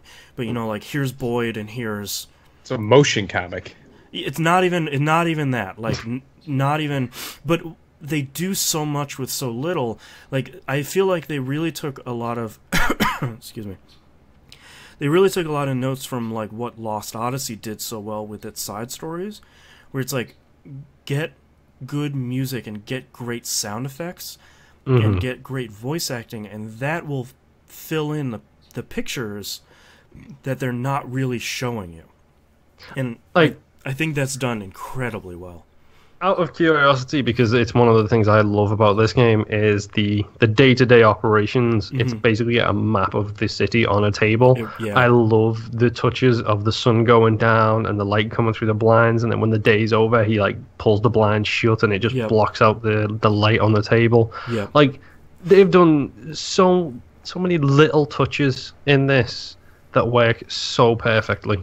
Well, and like even the first day, after the very first day you're on the job, you know, the mayor stubs out his cigar in that little topographical map. And so the first thing you do is you pull it off and you wipe off all the ash, and then you get to work. And it's sort of like, oh, okay, cool. That's like, it's very clear about this is how you are controlling the department. And This Is the Police is really great. I really wish it would have come out this year because it'd be in my top 10. Yeah, hands down. And I'm only halfway through, and man, the music in this game is good. Like it really feels like if you were in your office and you needed some easy listening jazz to listen to, these are the records, and now I'm on cassette tapes. These are the things you would put in. I love the fact that you can buy it as well. You can buy additional music using the in-game stuff. Like, oh, I just got $2,000 from the mob. I think I'll spend 20 of it on a new record for the office. Yeah, the biggest payout I've gotten so far has been $35,000. Nice. And I was just like, the what? I feel real bad about it because This Is the Police, and you can't win anything without feeling like a monster. The biggest thing I can say for anybody starting this, if you're interested in when you play it, take a notepad with you, even a little post-it note, because the amount of times I will get in touch with the mob will say, something's going down at this location at this time, don't like do anything. At 18:30, don't bother us. It will show up on your map, and because I'm determined to make sure I catch as many criminals as I can, I will send people to that point, and it's like, oh, that's the one I shouldn't have done anything with. It's really great when the mob gets sick of you doing that, because it's like, we don't forget, and you don't make an enemy of us. It's like, I'm so very sorry. Yeah, go play This Is the Police. It's incredible. This flew under my radar for some reason, and it's so good. Yeah, I will have to thank my wife for this, because she basically got it just on the art style and the trailer for it, which is the opening cinematic is the trailer. Cool. And she was interested in it just off that point. The very first line, before I go shaking my bleeps to the press, I want to go see how the professionals do it. And like, the very great part is in that intro, he does say "Shake it, baby," like Duke. Yeah, he does. Like, and he's a bunch at a of strip people club saying, as well, isn't "Shake he? it, baby." Yeah, it's so good. This game is really great. I can't recommend it enough, and I'm trying not to talk about a lot of it because I feel like the strength of the game is just going in as blind as possible and making the mistakes that I'm making, but then I feel like trying to scrape and scrabble as long as you can, and then if the game just I don't know how it ends before the time is up, but if it does end, then going back and saying like, okay, now I know I need to focus on this, I need to focus on X, Y, and Z, and that will get me a little bit farther. I think just by sheer dumb luck have I made it past the halfway mark. Not to. I've never even made it that far, and I've tried 4 times. Yeah. So I need to loosen the belt a little bit when it comes to accepting deals with certain people. Yeah, a lot of them are going to work in your favor, and there's not a lot of downsides. So, I did download a new Kairosoft game though. Oh no! Yeah, it's even worse than that. Give me a minute. It's called Grand Prix Story 2. I'm a huge fan of the first Grand Prix story. So basically what the first one was is you're running a little garage and you're sort of outfitting and researching and upgrading these racing cars, and then when you send them out to race, you don't have any control over it. It's basically like, did you get the right combination of parts, and is your car upgraded enough, and is your driver upgraded enough for you to win these races? So that gets around the controls of racing games sort of suck on a mobile device. So when I saw Grand Prix Story 2 had come out, I was like, cool. let's grab this. It's free. That's even better. I'll pay the, X amount of dollars to get rid of ads, and then we'll be on it. There is no option to get rid of ads. So sin number one. Tell me there's not loot boxes. No, there's no loot boxes. Just this time, there is basically energy. So, unlike the first one where there was nothing stopping you from playing the game because you already spent your $5, so like why would they stop you from playing it? This one, you basically have to ration out your fuel, and fuel recharges over time. So, oh no. Really? Like, it takes... And it seems, the real bummer of it is it seems like they've added so much good stuff into this game over the first one, but the fact that you can't remove these limits by paying for... I would happily pay another $5 for another Kairosoft game just to remove these options, and I don't see those options in the store. So yeah, because they're not there, because they've realized they can make more money by not having them. Exactly. And sure, you're a business. Like I can't blame you for wanting to make. You probably make way more money that way than you do $5 at a time, or people downloading the light version of your game and just playing until they're done. They get sick of the ads and then deleting it. I get it, but from my perspective, I downloaded Grand Prix Story 1, re-downloaded that. I'm having a lot of fun on that. Like I spent $5 on that a long time ago. And I will happily spend $5 on their games, but they're not giving me the option to do so anymore, which, for me, ruins my enjoyment of... Like, imagine in a game dev story, you can only develop 3 games in a day. Like, then I'm not going to play your game. Because that's not... That takes me, 20, 30 minutes? And then you're like, well, see you in 8 hours when your energy recharges. It's like, no, you won't. You won't see me again, period. Yeah, you're going to see the trash bin on my phone. Like... So that's a bummer, and I really hate seeing a company that I really loved like this go down this quickly. Especially when a lot of these games have been done already, because they were released on PC in Japan a long time ago. It's just a real bummer. So I can't recommend it, but I can recommend the first Grand Prix Story because that was really good. And it's still really good, and I've been playing a ton of that. Last but not least, Chaos Child finally came out. After maybe yes, maybe no, coming out for the last couple weeks, and then suddenly being up on the PSN store a week ago. Refresh my memory, please. This is the another game by the Steins Gate team. So a visual novel. Japanese visual novel. It couldn't be any more different from Steins Gate off the bat.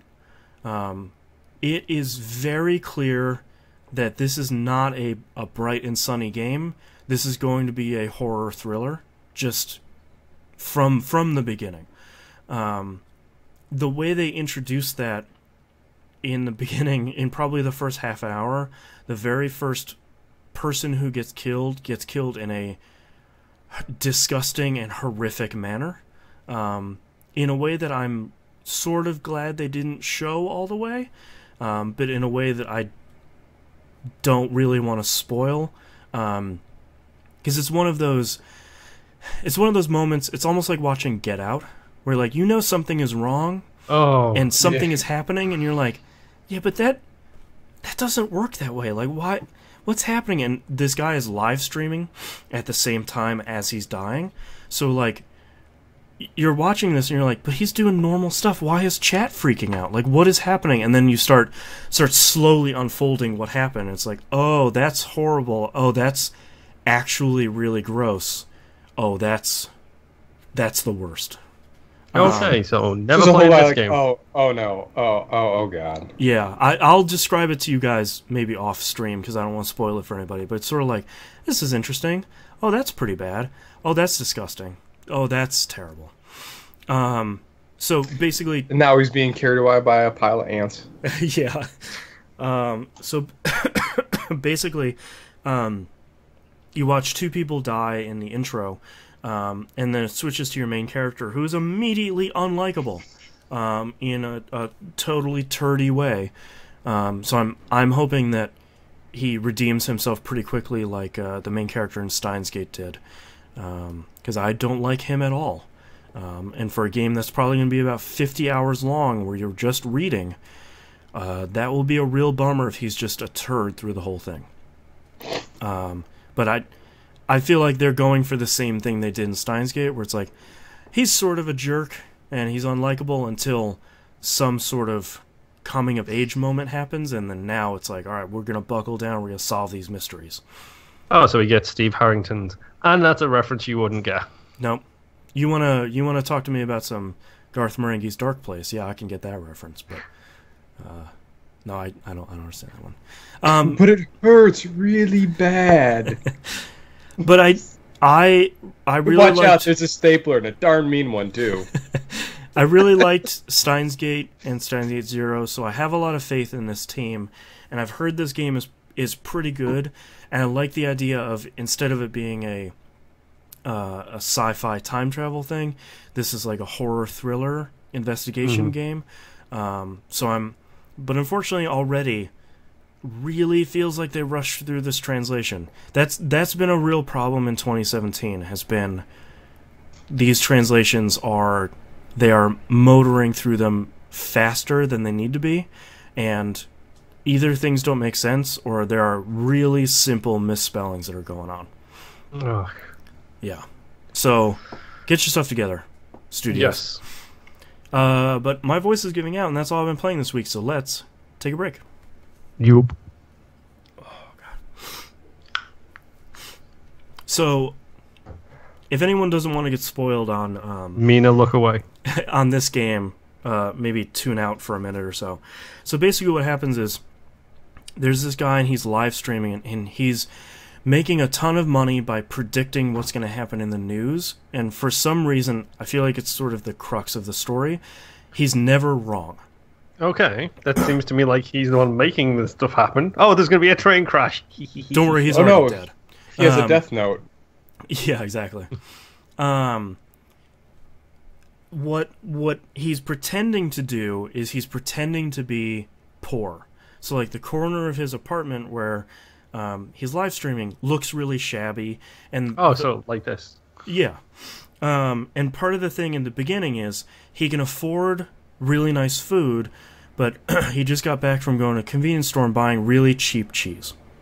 And he's going to go cut it up and eat it on stream as part of this character of him being really cheap. As he's partway through cutting the cheese, this is important, somebody knocks at his door, and he opens it. He gets this blinding headache. And it goes away after a minute. He invites these people in. He clearly knows them, though he never names them. Once he comes back in, everything seems a little weird. He's like really having a hard time sawing through the cheese he was just cutting easily a moment ago. So one of his friends comes over, helps him, saws through it. You see like the slice of cheese, goes down and starts live streaming. And as soon as he sits down and starts live streaming and eating the cheese, chat goes crazy. And he starts feeling really terrible. What happened? Cheese a human? No, it's way worse. What he starts finding out as he's dying is whoever this is that came in cut his arm off, cut it into a bunch of slices, and he's eating his own arm on live stream. And that he's dying from blood loss and also from being freaked out that he ate his own arm. So, like, part of it is he dies on this live stream and then it switches to someone else. And I'm like, okay, I'm way into this now. Like, this is definitely something different from let's have fun anime times time traveling. Yeah. What's the name of this again? Chaos you Child. You piqued Nobbs' interest. He's fucking getting this tonight.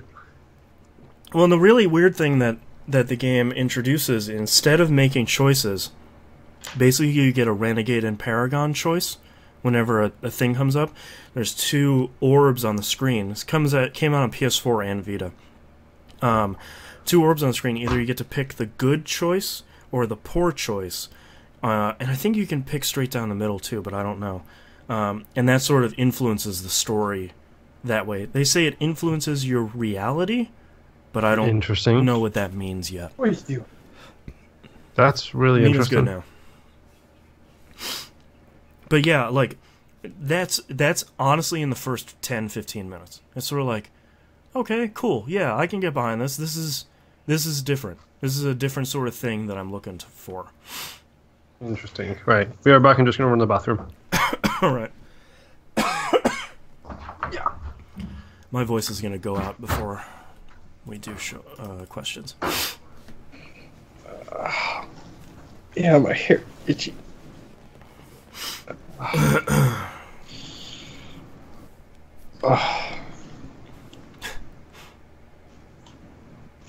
Get that shag going.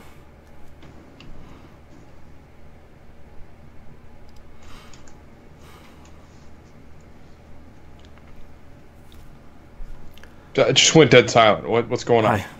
Sorry, my voice is giving out, so I'm trying not to.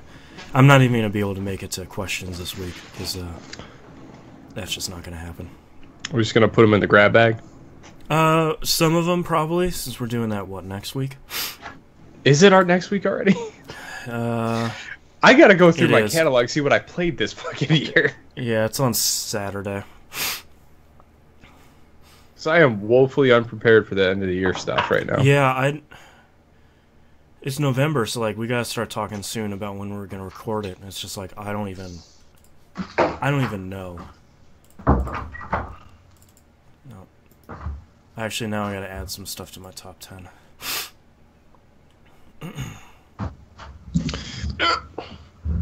All right, so Chaos Child gets added to the top 10, and then This Is the Police gets added to last year. Came out in 2016. No, yeah. Mina. I have no idea what I'm going to pick for Game of the Year. I got an idea. I know what my top game is going to be, but that's it. I think I know maybe my top 3. Well, I've also got 2 big ones coming up. Yeah, I mean... The year is not even close to being done, games-wise. I know. No, and it's still got... God, man, it was just a great year for media in general. Yeah. Yeah. Fuck, everything was good. I was doing chores this morning, and I had Homecoming on in the background. Fuck, that movie's so good. Yeah, I need to watch that still. I just don't have enough time in the day. Mm-hmm. Although I did... like, for whatever reason, like, doing the whole 7 Harry Potter movies over the course of, like, a week and a half did make me want to go back and watch all of the Marvel stuff again. Yeah. Specifically the ones that I love, which everybody else seems to hate. So, Thor, Incredible Hulk. I like that first Thor movie. I don't think it's bad. It's certainly not the best. I like the second one. I don't understand why they get so much fucking hate. I really like that one. I don't, like, I watched it and I was like, boy, I'm expecting to hate this because everyone hates it. It's a good movie. Like, I don't... What the hell's the problem with it? Like, I don't... you got to see Boar. I mean, it was awesome. Mm-hmm.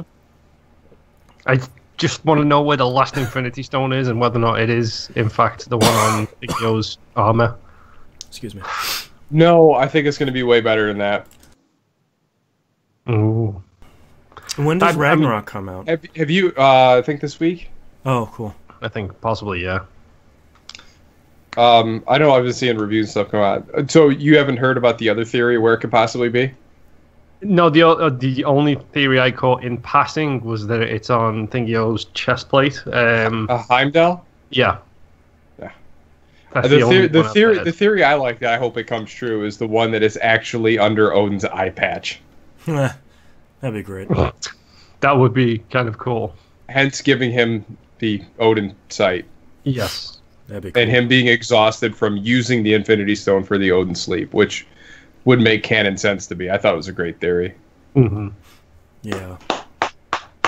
And Moon's Game of the Year is not Neo Geo Metal Slug 3. It's 1, 2, and X. They haven't even put 3 out yet. At least get your numbers right, dude. 1, 2, and X are all the ones you need to play.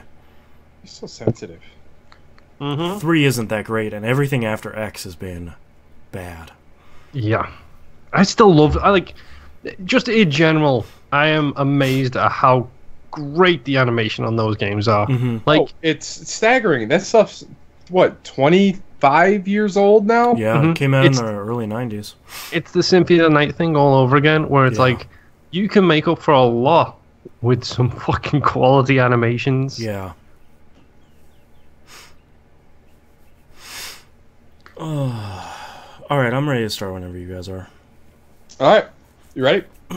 Ready. All right, ready in 3, 2, 1. Welcome back, everybody. We got releases this week for October 30th. Happy Halloween for 2017. Yeah. And in a very timely game here, Bubsy, the Woolies strike back for PC and PlayStation 4. I tried to find anything else that was coming out this week. Anything at all of note. And there really isn't. Bubsy. We just have Bubsy.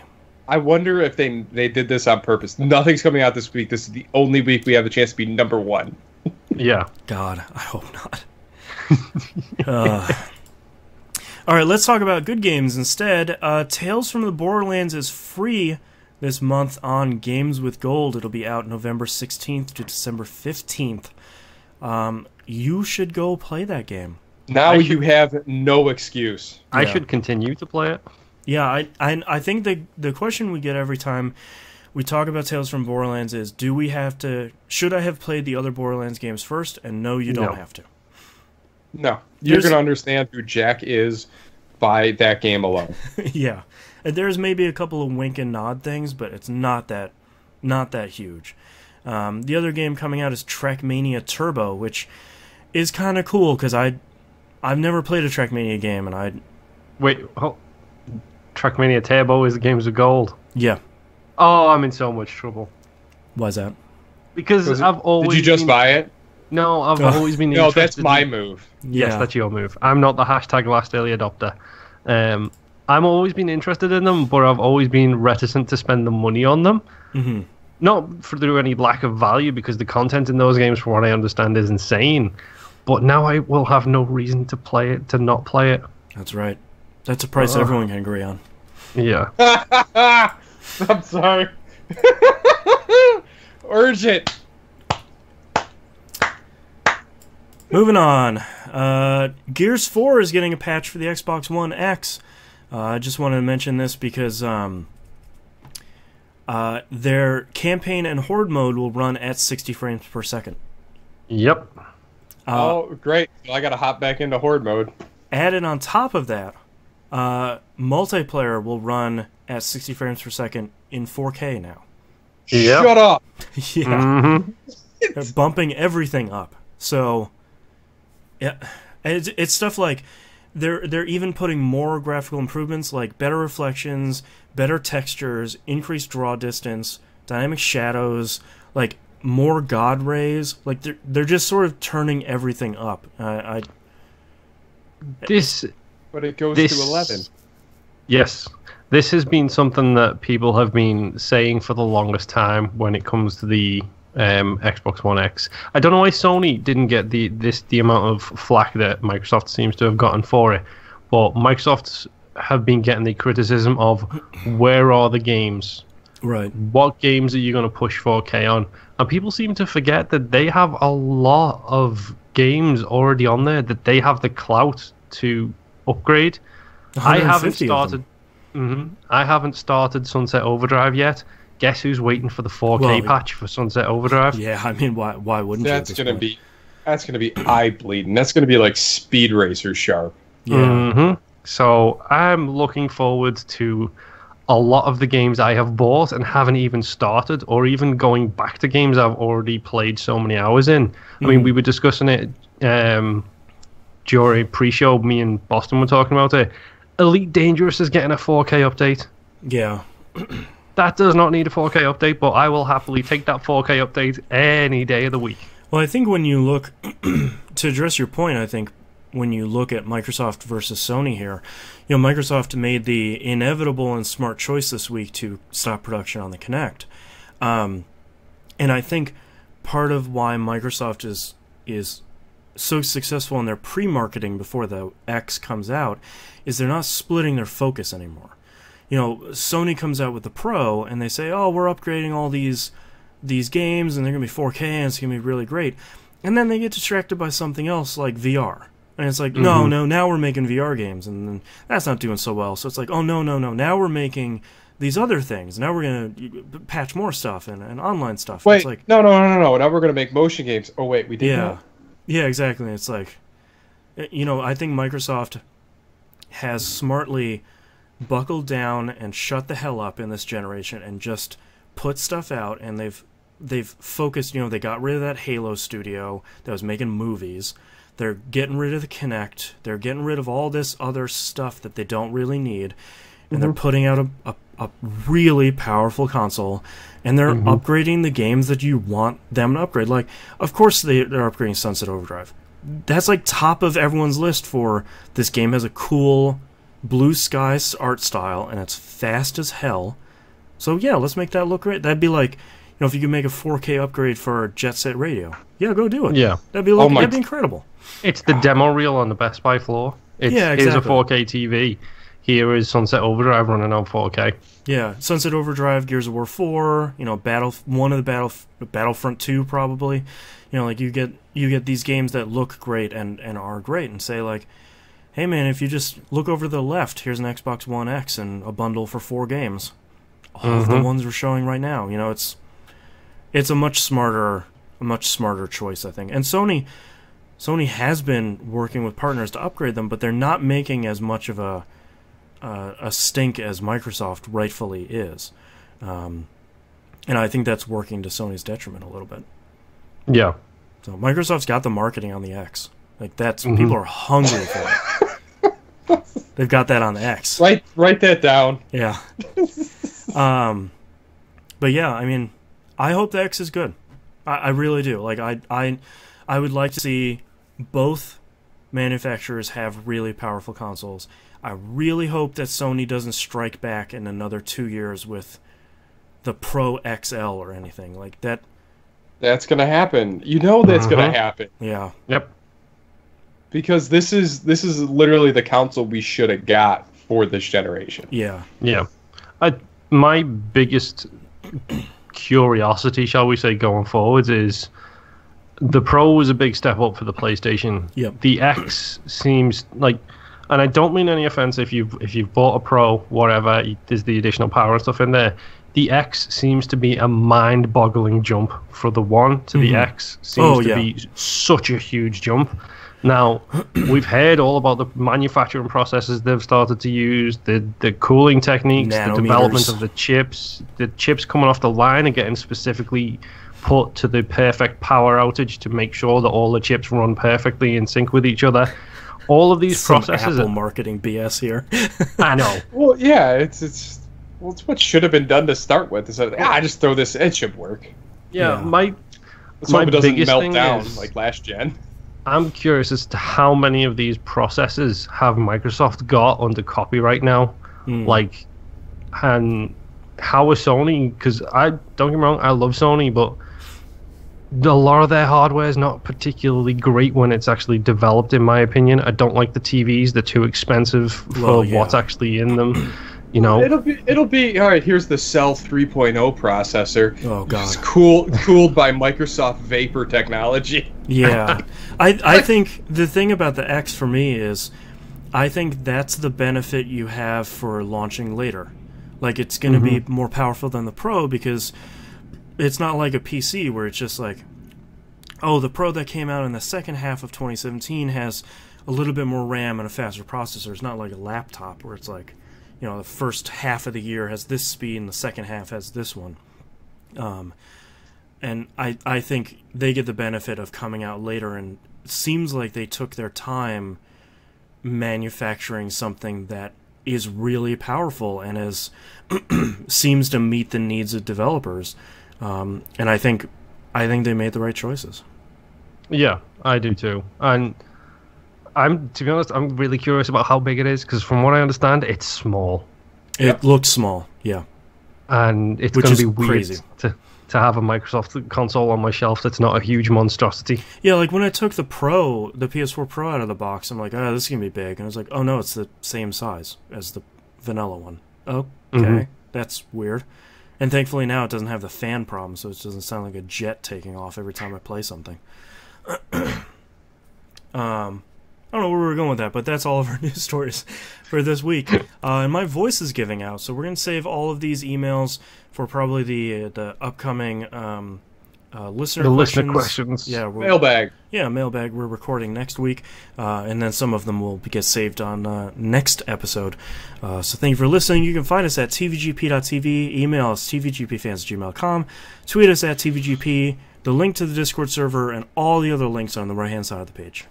And come join us for our game nights. Come join TVGP Springs on Monday night and weekly tournaments. Just for the small entry fee of a very affordable, 500 space bucks? Yeah, something like that. Although some of us can't afford it because we don't have the time to play it. What do you mean, come on, the money gives money away. You're losing money by not playing. Just open the loot boxes. Yeah. Don't stop because they will. Yeah. But no, I mean, what I've been doing is pretty much been redonating all my winnings that I've earned in other parts of that game to the clubhouse and upgrading the clubhouse, which I think I've changed it like a dozen times. Yeah, you have. It gets bigger every time I go in. It does. That one's got a giant crystal chandelier. We got to see that. Yeah. Yes. Anyway, Tuesday is Destiny night. Wednesday is Rocket League, both on the PlayStation 4. I guess we can do across as everything's down in the background. Also, Destiny 2 now on PC, so you can join the PC side of the clan. And Friday through the weekend, please come find us. I mean, don't be shy. I know Texas Ninja, who tied for first place in the tournament, sent me a message and had a nice little chat. Nice. Oh, okay, so he was one of our community members. I was curious about that. He was. I don't know who the other guy is, but he's got an English flag and he's got LFC in his name, so he's cool by me. This month's Game Club title is This Is the Police. You should go play that. It's pretty great. PC, Xbox One, and PS4.